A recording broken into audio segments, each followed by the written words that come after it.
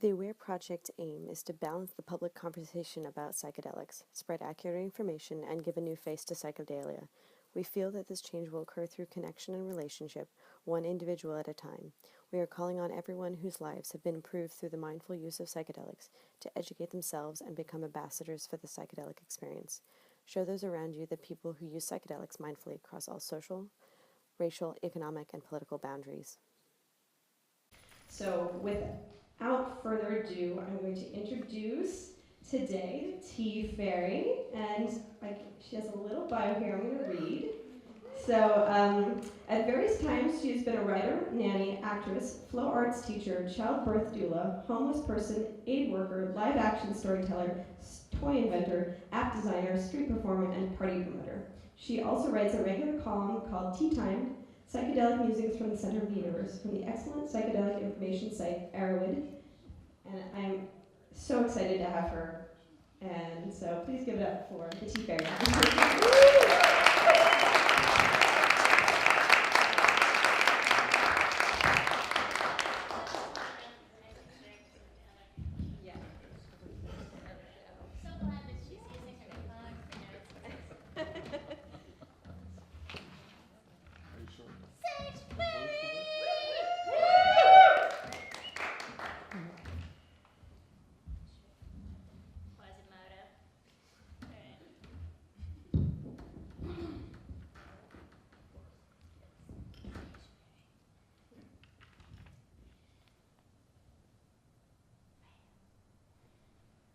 It is high time for the establishment of a psychedelic sanctuary to become an obvious part of the game plan for every single self-respecting festival at which it can be predictably assumed that a large percentage of the attendees are going to be taking drugs.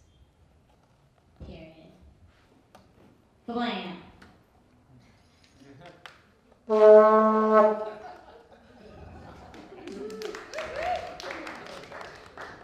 It's time. It's time for this now. It is long past time for this now, in fact.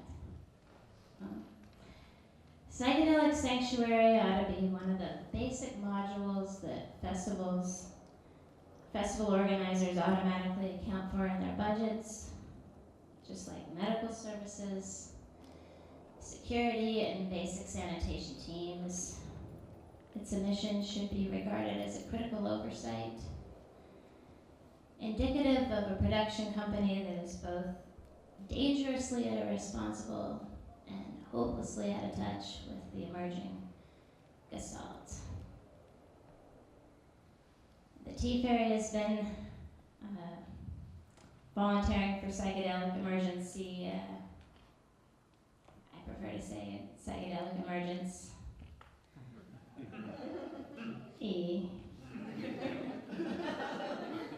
Duty for upwards of 20 years now, mostly informally. I first started trying to take care of discombobulated trippers when I was a wandering candy girl at Shoreline Amphitheater. In the early 90s, I sold $2 candy bars by day. And I also sold a bunch of light-up stuff at night. So many little lost lambs tended to flock to me when it started to get dark, drawn closer perhaps by the luminous, sparkling glow of my wares, the uncomfortably skimpy outfits that they forced us all to wear probably also played a part in it. But in any event, I found myself surrounded by a ragtag band of young adventurers who had somehow managed to end up getting a whole lot higher than they had expected to get, and who could no longer locate the friends that they had come with to the concert. And unlike most of the rest of the more jaded girls, I actually developed sort of a soft spot in my heart for these poor creatures. I helped them find the bathroom, and I shouted out the names of their friends, people with them, Timothy, Sebastian, Jeremy, friend Susan's looking for you. She'd really like to find you right now. And sometimes I just sit down with them somewhere and I listen to the things that they needed to talk about because somebody obviously had to. And I felt like it was a whole lot more important to pay attention to those people in those moments than it was to go out and sell another $100 worth of cheap plastic crap. I heard some incredible testimony too. It was really just mind-blowing on a nightly basis what some of these kids seemed to be going through, and I was honestly enormously fascinated by the things that I was hearing just as a sort of budding psychedelic researcher. I didn't really start thinking of it as a special vocation until I started going to rainbow gatherings until about like 1995, though. It was then that I started slinging tea at tea time, which is the infamous 24-hour tea kitchen from which my regular column on Airwood proudly takes its name. My column is called Tea Time, Psychedelic Musings from the Center of the Universe, because the tea house is the official center of the universe. And it's also an endless mad tea party where it's always tea time, don't you know? It's one of the few installations that can be counted upon to be open and serving around the clock.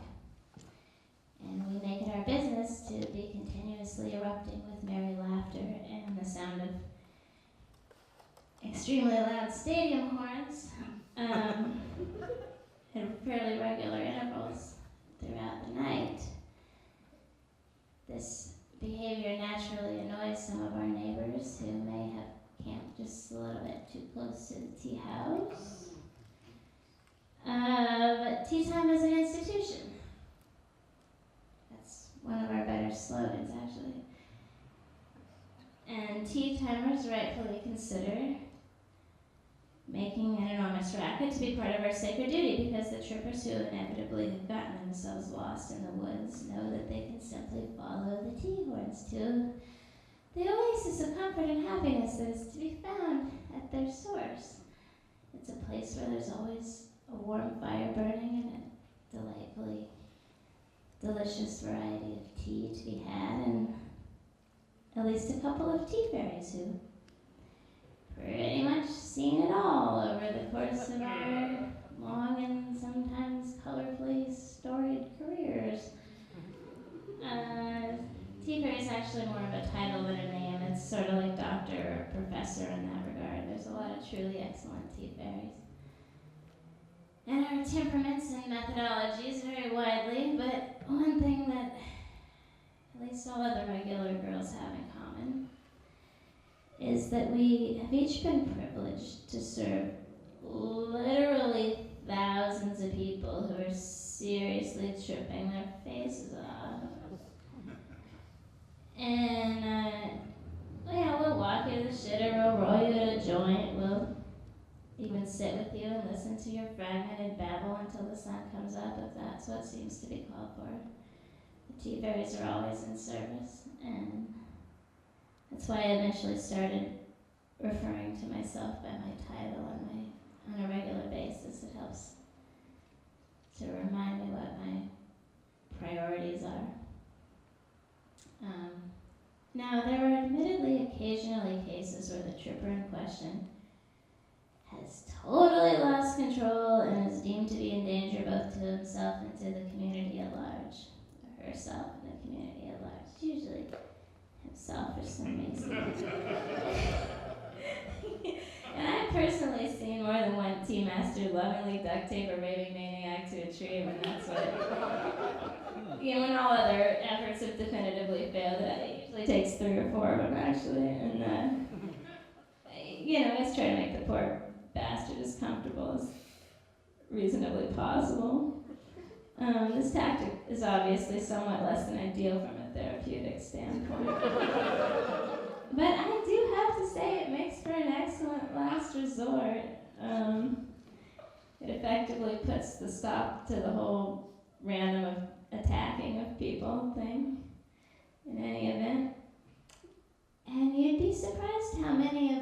involuntary detainees actually thank us in the morning, mainly because when they finally sober up, they tend to recognize the fact that their behavior had left us with no viable alternative other than turning them into the cops.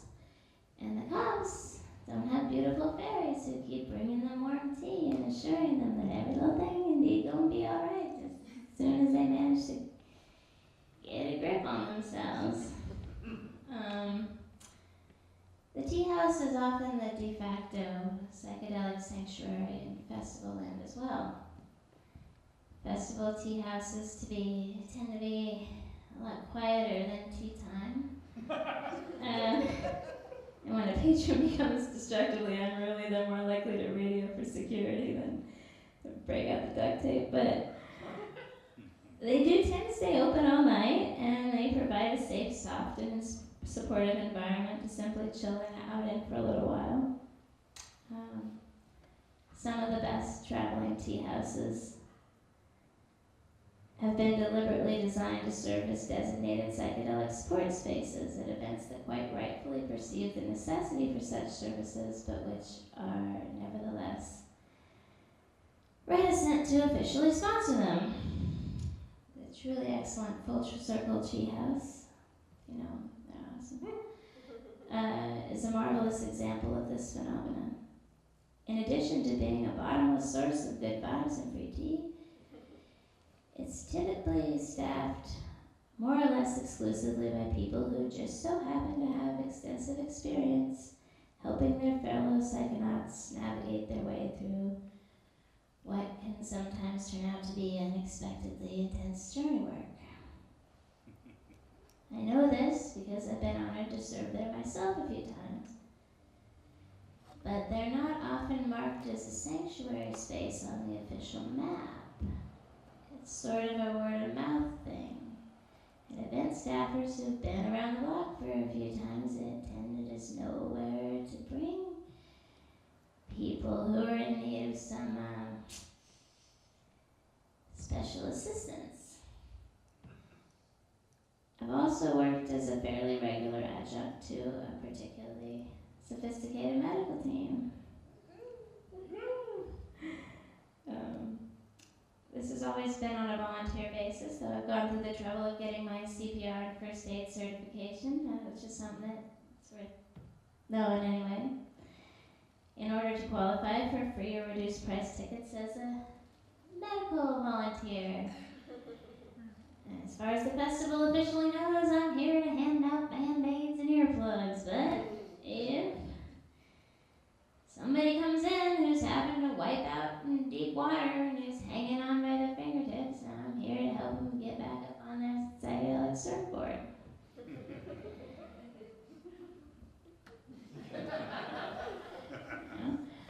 There's usually not a whole lot of space in the medical tent, though, and when somebody comes in with a broken leg or heat stroke or whatever, then me and Erica take our special friends out for a little walk.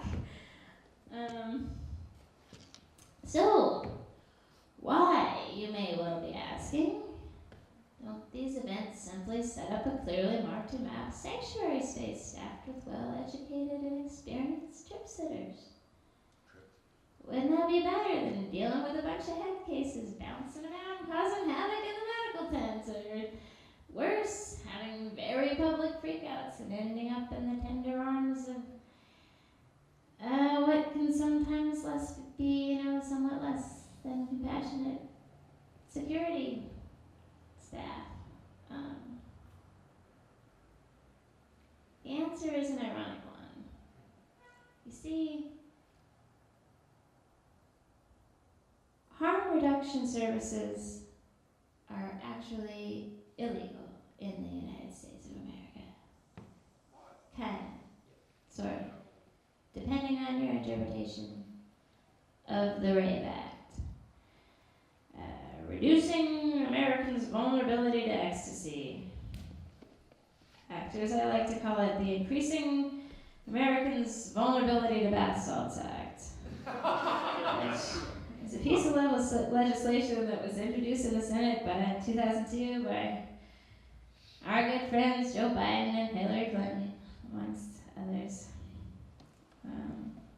It utterly failed to pass when it was originally proposed, but it was later retweaked just a little bit, and it was rebranded as the Illicit Drug Anti-Proliferation Act and slipped in to the totally unrelated, certain-to-pass Amber Alert bill, which was supposed to be about freaking child abduction. And it was passed without any public debate. There was never even a hearing. And the American people didn't get to vote on it at all. The act was a bill to prohibit an individual from openly knowing, maintaining, managing, controlling, renting, leasing, making available for use, or profiting from any place or the purpose of manufacturing, distributing, or using any controlled substance.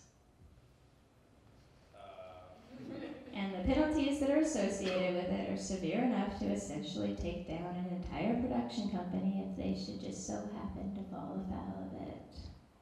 So, everybody who's already walking that fine line is quite naturally afraid to push the boundaries, especially EDM, electronic dance music festivals, which fall under particular scrutiny. The problem is with the for the purpose of language, which has been broadly interpreted to target producers who have demonstrated the courage and foresight to offer any sort of harm reduction services whatsoever. So many producers are afraid to make chill rooms available. They're afraid to give out bottled water.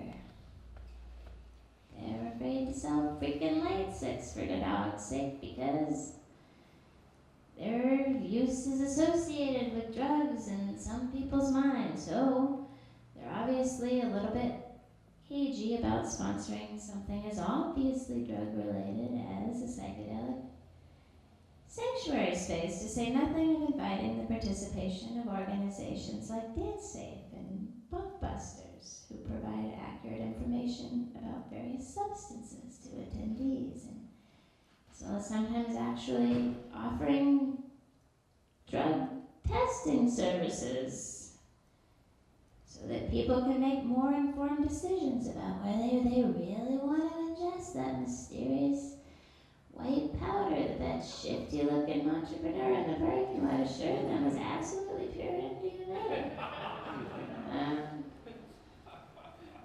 This is utterly hypocritical, though. There is not an EDM production company in the world that doesn't know damn good and well that a fairly large percentage of their attendees are going to be taking a whole bunch of drugs at their events. And they wouldn't actually want to stop that from happening, even if they could, which they totally can't. Because the reality is, psychedelic use is deeply endemic to that entire culture. It is an enormous part of its raison d'etre.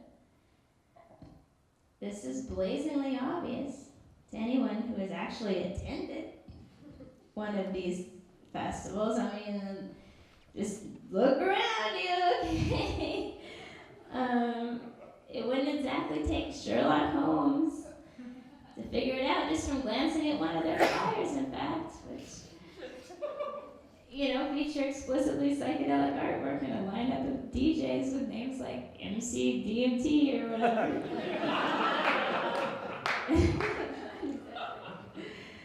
But in order to cover their own asses, they tend to bill themselves as drug-free events anyway.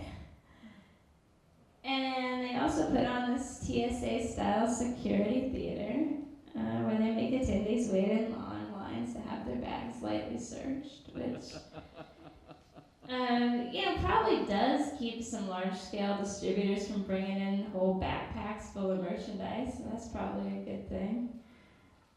But they're not actually trying to find everybody's personal use stashes, because if they succeeded in doing that, then their festival would fail. So, they make a big show of arresting a few kids who happen to get unlucky, whilst turning an apparently blind eye to the essential nature of the psychedelic dance culture phenomenon that ever so obviously underlies their entire existence. And nobody is supposed to say this out loud. I'm just telling it like it is. So what's to be done about it? The answer certainly does not lie in the direction of shutting down the psychedelic music festivals. Not even from the man's point of view. Because there's simply so much cultural momentum at this point that making these kinds of events illegal would only drive them underground. If people are going to be continuing to take psychedelic drugs and dancing together in mass, and they are,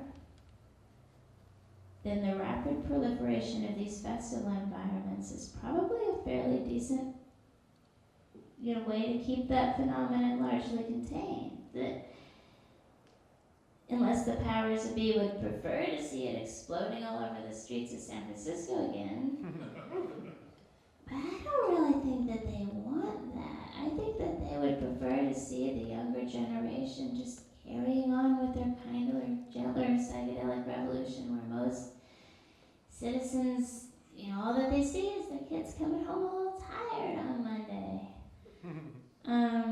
There's even a couple of conspiracy theories that suggest that EDM culture is a plot to, to give us a fairly safe apolitical outlet for our collective sense of rebellion, and to delude us into complacency by making us feel that, we're part of cultural evolution and we're living these wild, sexy lives, when in fact these are just illusory bubble realities that exist to encourage us to blow off a little bit of our existential discontent once in a while. Teafaerie doesn't exactly believe that per se, but neither does she think that anybody who has deeply thought about the matter actually wants to force some kind of a potentially unprecedented mutation. If the goal here is genuinely to try to protect people, then the best thing that concerned parents and everybody else can actually do is to make sure that potential drug users have access to accurate information. And we need access to testing kits, especially right now when the designer drug market is blowing up like crazy. I mean, there are brand spanking new research chemicals coming out in something like a weekly basis right now. And the vast majority of them are being misrepresented as ecstasy or something else that sounds more safe and familiar sounding at the point of sale. This is where the actual danger is right now. And the only effective way to ameliorate that danger is to make it safe and easy for people to find out what they're thinking about taking. Widespread testing would also de-incentivize both adulteration and straight-up substitution from a dealer's perspective. Because the last thing they want is a bunch of very potentially irate customers coming back in 5 minutes waving the definitive evidence that they've been woefully misinformed. Drug testing services don't encourage irresponsible drug use any more than giving out free condoms encourages sexual promiscuity. Because in the absence of harm reduction services, the vast majority of people are frankly going to do whatever it is that they want to do anyway. just going to do it a little bit less safely. In fact, I've personally seen a far greater number of people decide not to take something when it tested out as something unfamiliar than I've ever seen suddenly decide on taking something that they were otherwise totally not planning on taking anyway when it turned out to be just exactly what they were hoping for. Likewise, nobody takes so much more drugs than that they were otherwise intending to take because they heard that there was really an excellent sanctuary somewhere here on site and they were hoping, to come by and visit it. The notion is patently ridiculous.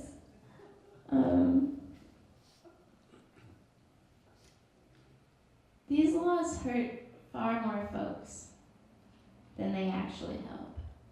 And everybody who is involved in this situation totally knows that. Because it's entirely self-evident. So again, what is to be done? A few American festivals have been brave and honorable enough to just go ahead and provide extensive harm reduction services anyway.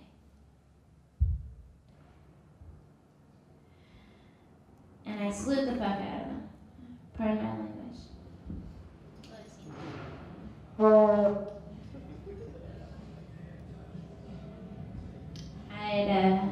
I named names, but I don't want to get anybody into trouble. Burner Regionals. Flip side is an awesome version of Burner Regional. Burner Regionals are awesome.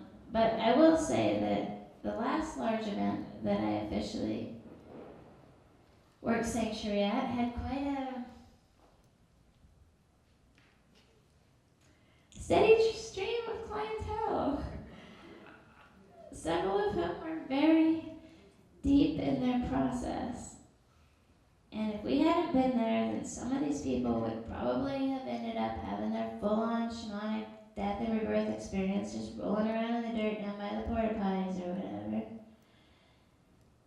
But instead, they were brought to a safe, loving place where they could be properly cared for and congratulated, which made a whole lot of difference in most of their outcomes. I truly believe it. And I think it's a really big deal. I think the difference between whether that one kid or those 5 kids or those 20 kids totally fell in and had a psychospiritually devastating experience, or whether they were able to get the help they need in order to stabilize it and possibly turn it around into something that was truly magical and ended up catalyzing that elusive and ambiguous transformation that all of these transformational festivals are supposedly about in the first place. I think that the difference is far more important than the difference between whether or not they got the right DJs playing in the right order, or whether they have the right crappy overpriced food vendors in the food court or whatever. And maybe that's just my personal bias because that's where my interests lie. Each production company has to assess its particular legal situation and to weigh that against their own self-perceived responsibility to ensure the relative safety of their attendees. It's going to come down to what they care about more. And if they decide that they simply can't take the risk of providing basic harm reduction services yet, then they should at least have a booth that explains exactly why that is and what they are personally doing about it and what attendees can and participants can personally do in order to improve the situation in the future. There is a petition going around to amend the Rave Act.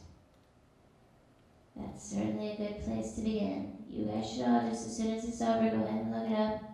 Add your names to the petition.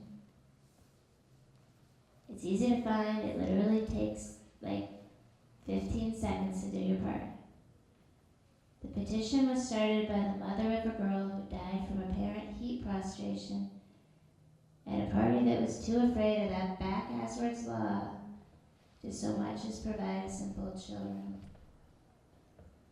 And the goal of this petition is to amend the ambiguous language so that event organizers can implement common sense safety measures to protect their patrons without fear of federal prosecution. Now, if the Teafaerie was writing the amendment, I would make it so that EDM events were actually obligated to provide basic harm reduction services, but just decriminalizing them would be a good start. It's better than nothing. I'd really love it if more concerned parents, in particular, would publicly take up this cause. I really believe that this tactic could radically alter the whole landscape of the debate pretty quickly. And we can all also take on a little bit of personal responsibility by acquiring our own little testing kits. You can get them from dansafe.org, and helping your friends and neighbors to correctly identify whatever it is that they've happened to get a hold of. And we can try to familiarize ourselves with some basic techniques for helping people to manage unexpectedly challenging experiences. A wonderful reference guide just came out called The Manual of Psychedelic Support. And the PDF is available for download under a Creative Commons license, because the people who made it are all awesome like that. It's the product of years' worth of work and a whole heck of a lot of field research by the people who put on the excellent Cosmic Care installation at the Boom Festival in Portugal, and by many others. Collectives around the world, like the Zindo Project that operated at at Burning Man for many years, and other places. Psychedelics are sort of decriminalized in Portugal, so Cosmic Care is able to operate really openly. And their installation is a joy to behold. I stopped by there when I was giving a speech at Boom in 2012. And I was sincerely impressed. They provided a beautiful and comfortable place to just, take a little lie down. And they were staffed by a bunch of actual mental health professionals. And they even had a large fenced-in yard area so that people who were having trouble could sit outside with their friends and they could still feel like they were part of the festival environment without being in danger of suddenly running off and having to be relocated again. That sounds fun game. There's also a whole bunch of other supplementary resources available, like the Trip Sitter's Guide, which is the first thing that I personally ever published on air with. One thing I foresee here is the need for a few more professional psychedelic support teams.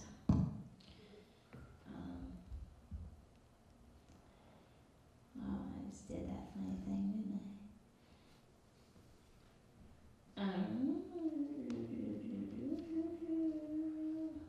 I took it sideways, man. Because there's simply a far greater number of festivals these days than the existing collectives can possibly handle. And the demand for these services is hopefully going to skyrocket just as soon as we manage to raise a little bit more awareness about harm reduction. We just have to shift the conversation a little bit. And we have to get rid of that stupid law. And this is not necessarily going to be a trivial enterprise, but it's something that absolutely has to happen. And we got all of the facts on our side. People are absolutely going to take drugs at these parties. Duh. Right? And the simple truth is that fewer of them will end up taking some kind of random ass bath salts or whatever if they have access to drug testing services. And there are also going to be people who are going to have difficult experiences because people's sets are all over the place and the setting is extremely chaotic. And right now, half these kids don't even know what they're taking. And the fact fact is that fewer of them will end up feeling deeply traumatized and possibly even psychologically damaged if they have the support of a knowledgeable and empathetic trip sitter. So, which kind of festivals do you want your kids going to, or even anybody else's kids? The answer is totally obvious when you think about it realistically. If the truth can be told so as to be understood, it will be believed. So, we don't. Say it again. Oh, listen. Oh, shut up. No, we don't need a bunch of new packs of well-meaning hippies who think they're pretty good at handling bad trips and who'd really like to get free festival tickets. Though what we need is more core teams of trained mental health professionals and extremely experienced psychonauts who really do know what to do when it gets crazy out. We need people with extraordinary empathy, profound patience, unshakable compassion, preternatural insight, and their own fully portable installation. That last part is the most important one. Because you don't want to have to count on the festival for your setup, because for some festivals suck at coming through with what they say that they're going to come through with. And for another thing, we want it to make it so easy for them to just plug us in. I could just go on and on about all of this stuff, but pretty much all of the stuff you need to know is explained in that manual. Just go ahead and download it tonight if you're interested. Make a donation to MAPS while you're at it. Cosmic Cares, whatever, thousands, babies, etc., etc. If you're somebody who is just awesome at trip sitting, then I encourage you to do what I usually do at big festivals, which is simply to keep your eyes out for people who may be having a little bit of trouble, you know. If you see some kid who's sitting in the corner over there, eating his ID cards or whatever, just go over there and gently ask him, you know, how's he doing? Is there anything at all you can do to make this moment a little bit more blissful? Help him get to the bathroom or whatever, get him some water. See if you can help talk him through the process a little bit if they seem to want company.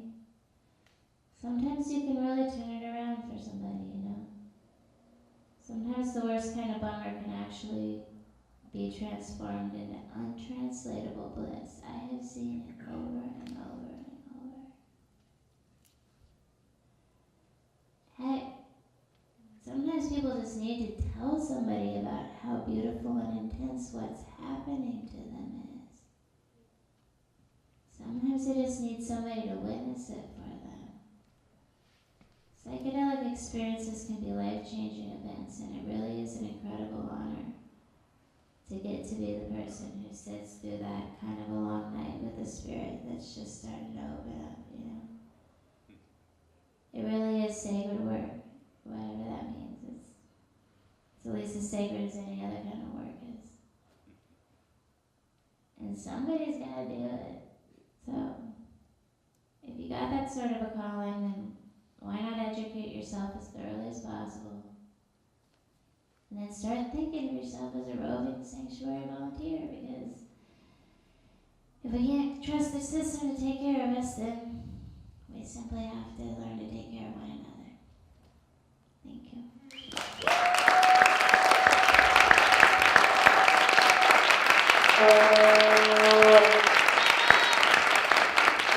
you.